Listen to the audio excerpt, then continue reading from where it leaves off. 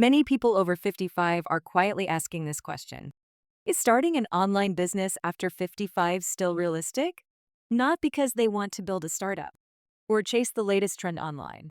Usually, it's something much simpler. People want a little more stability as the world keeps changing. Costs continue to rise. Retirement savings feel uncertain, and work options later in life can become limited. So the question becomes practical. Is it possible to create income online without risking what you already have?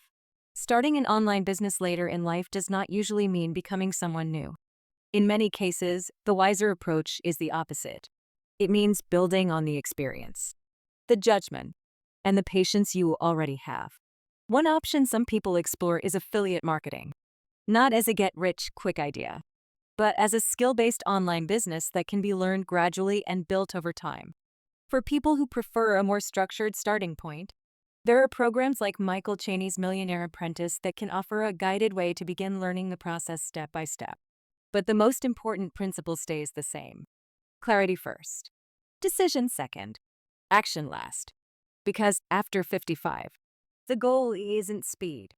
It's building something carefully, confidently, and without regret.